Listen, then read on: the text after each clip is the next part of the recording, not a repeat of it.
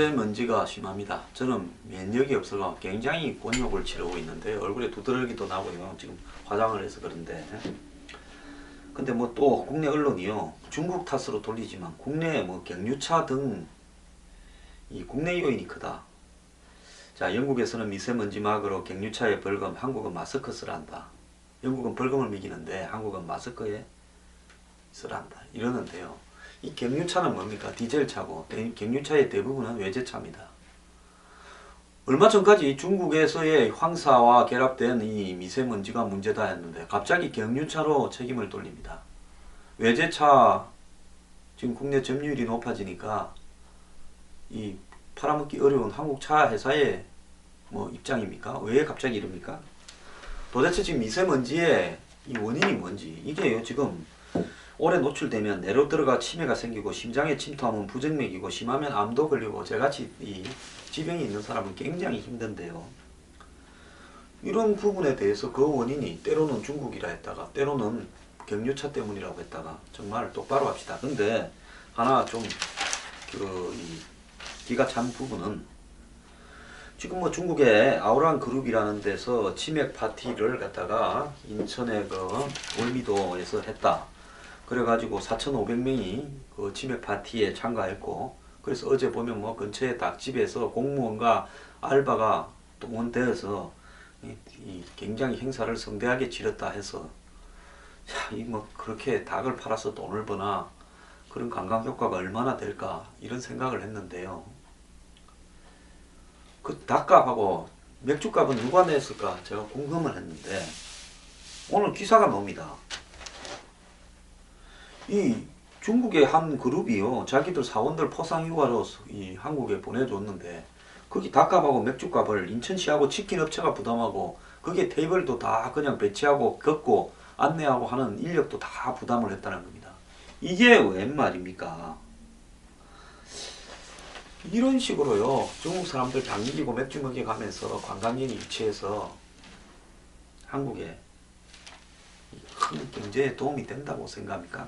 뭐 마이스 산업이라가 뭐 기업 회의나 포상 관광 국제 회의 등을 유치해서 돈을 번다 어쩐다 하는데요. 자, 이게 잘하는 짓인지 한번 생각을 해봐야 될 필요가 있다고 봅니다. 저는요 관광이라는 것은 그 자체에 담겨있는 문화가 있어야 된다고 생각합니다. 라스베가스나 홍콩이 마이스로 유명한 이 도시가 됐지만은 이런 부분에는요 한마디로 거기에 담겨있는 오랫동안의 문화가 있습니다. 관광이요 순식간에 유치한다고 됩니까? 거기에는 체계적이고 일괄적인 흐름 하에서 오랫동안 계속 축적되어 온 경험이 쌓이고 거기에 이야기거리가 스토리가 쌓이고 그리고 거기에 종사하는 사람의 마인드가 그래 바뀌어야 가능한 거지. 명동에는 온갖 형태의 바가지, 택시 바가지에 또 싸구려 관광에 중국 사람 동원해서 돈 버는지도 저는 의문입니다. 적자 안 납니까? 3, 40만 원에요. 3박 4일 이렇게 땡겨서 바가지 물건이나 싸게 하고 돈 버는 사람은 재벌들이 하는 백화점밖에 더 있습니까? 화장품 회사 재벌들하고요. 그리고 무슨 뭐 한류라 해가지고 팔아먹는 엔터테인먼트 재벌들 밖에 더 있습니까? 근데 지금 한국에 뭐가 있습니까? 미국의 라스베가스는요 호텔이 자기 컨셉을 제출해서 그 컨셉이 통과되어야만이 호텔 승인이 납니다. 막 해주는 게 아닙니다. 그래서 각 호텔별로 특징이 있는 온갖 형태의 자기 호텔 컬러를 해서 베네치안 뭐 리조트니 시작해서 룩소르니 뭐 또 영화 또 뭐 각종 영화 스토리니 이렇게 해서 거기가 가면 누구나도 편안해서 회의도 하고 관광도 하고 쇼핑도 하고 도박을 할 수 있는 분위기가 되는데요. 한국은 전혀 그런 어떤 인프라나 또 축적된 사회문화적 자본을 가지고 있지 못하고 인적인 능력도 되지 않으면서 닭고기 맥주 공짜로 사서 돈 벌라고 해서 되겠습니까? 다시 생각해 봐야 될 때입니다.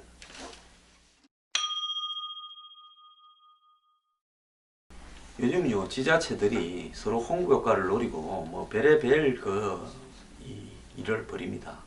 뭐 TV에 이렇게 좀 뜬 마을을 예능 프로나 TV에 이런데 좀 뜬 마을을 포장을 해가지고 관광 코스화 만들려고 하기도 하고요. 또 옛날 같으면 참 달동네 서민 사는 지역을 거기에다가 뭐 벽에다가 벽화를 그리고 이렇게 해가지고 그것이 뭐 산토리다, 뭐 그리스의 산토리 섬에 그런 마을처럼 해서 이렇게 포장을 하는데요. 가보면 산토리는 아니고 솔직히 정말 서민이 사는 불편한 공간이죠. 모르겠습니다. 뭐 잘 살게 된 사람이 많아서 뭐 가끔씩 가보면 이런 부분들이 아름답게 보일지 모르겠지만은 아름다운 게 아니라 그냥 이색적으로 보일 수 있겠죠. 근데 이런 부분에 다른 건 다 좋은데 사람이 사는 동네를 뭐 안동 하회마을도 있고 북촌 마을도 있고 뭐 여러 군데가 있지 않습니까? 그럼 관광객이 옵니다. 관광객이 와서 떠들고 사람이 살고 있는데 집에도 들어가고 만져도 보고 쓰레기도 버리고 살고 있는 집 앞으로 사람이 왔다 갔다 하면서 그냥 그야말로 생활이 안 되도록 귀찮게 합니다. 자, 그러면 그 주인 거기에 사는 분들은요 어떤 혜택이 있습니까? 온갖 쓰레기 치우고 고성방가에 모르겠습니다. 그 동네에서 장사하는 분들은 좀 짭짤할지 모르겠지만은 거기에 사는 분들은 그 동네가 관광지화 되어서 동물원의 원숭이처럼 집안에 부엌안도 뒤다보고 안방도 뒤다보는 들여다보는 그런 대가로 뭘 얻습니까?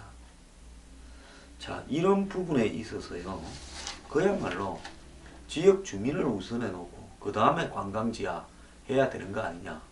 또 그냥 서민 동네를 달동네를 벽에 벽화만 페인트 칠해서 관광지화 한다고 그 사람들한테 뭐가 좋습니까? 누가 이득입니까? 여기에서 가장 중요한 사람은 그 지역에 사는 서민분들입니다.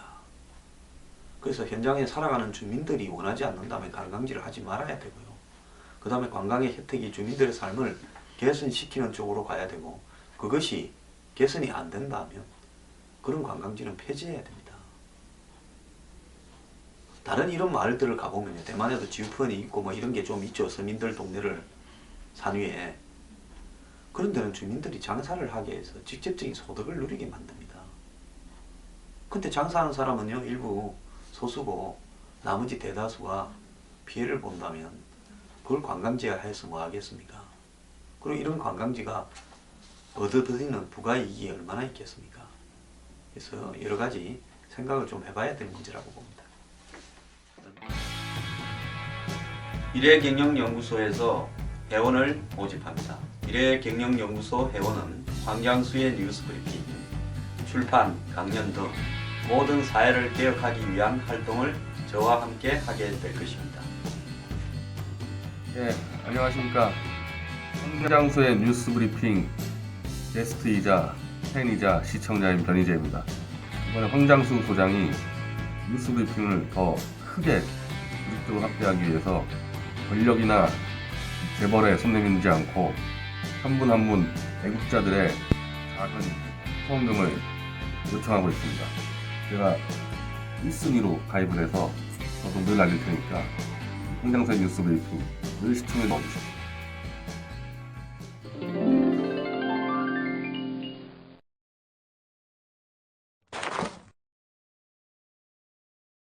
요즘 유니클로, 자라, H&M 등 이 SPA, 즉 패스트 패션이라고 뭐 한 1, 2년 입고 버리는 이런 좀 값싼, 그렇다고 저가도 아닙니다. 중가죠. 의류들이 많이 있습니다. 기획은 인류 디자이너들이 하고 만들기는 뭐 제3국에서 만들고 그걸 갖다 본사에서는 관리만 하고 이렇게 함으로써 디자인은 이쁜데 품질은 좋지 않은 이런 건데요. 이런 것들은 대부분 보면 한 서너 번, 너댓 번 있고요. 옷장에만 있다가 좀 있으면 버려지고 있습니다. 근데 이게 엄청난 헌옷 폐기물이 되어 가고 있는데요. 과거에는 옷을 부모 자식 간에 물려있기도 하고 형제 간에 물려있기도 하고 십수년 입는데 그때 그런 옷들을 보면 재질이라도 괜찮았습니다. 그런데 이제는 대다수의 옷들이 패스트 패션화 해가면서 재질이 나빠지면서 1, 2년 있다가는 이 옷장에 들어있다 보면 나중에 입기가 어렵게 되죠. 재질이. 근데 이런 것들이 폐기물이 되면서 키로당 300원 정도에 이렇게 이제 팔리는데, 즉 재활용 의료 수거함이나 재활용 쓰레기로 버려지면 실제로는 재활용 되기도 어려워져서 그 과정에서 이 소각되거나 매립되고요. 일부는 제3국으로 팔려간다 이러는데요. 자, 이것이 결국 환경공해처럼 되어가는데 이렇게 패스트 패션을 우리가 어떻게 바라봐야 되는가? 실제로 가격도 안 삽니다. 절대 안 삽니다. 그런데 재질만 나빠지는 것이 결국은 오늘날 패스트 패션이 본질이 아니냐. 그러면서 엄청난 이 환경 공해를 유발하고 있는 겁니다. 물려 입을 수도 없는 옷들을 대량으로 만들어내고 있습니다.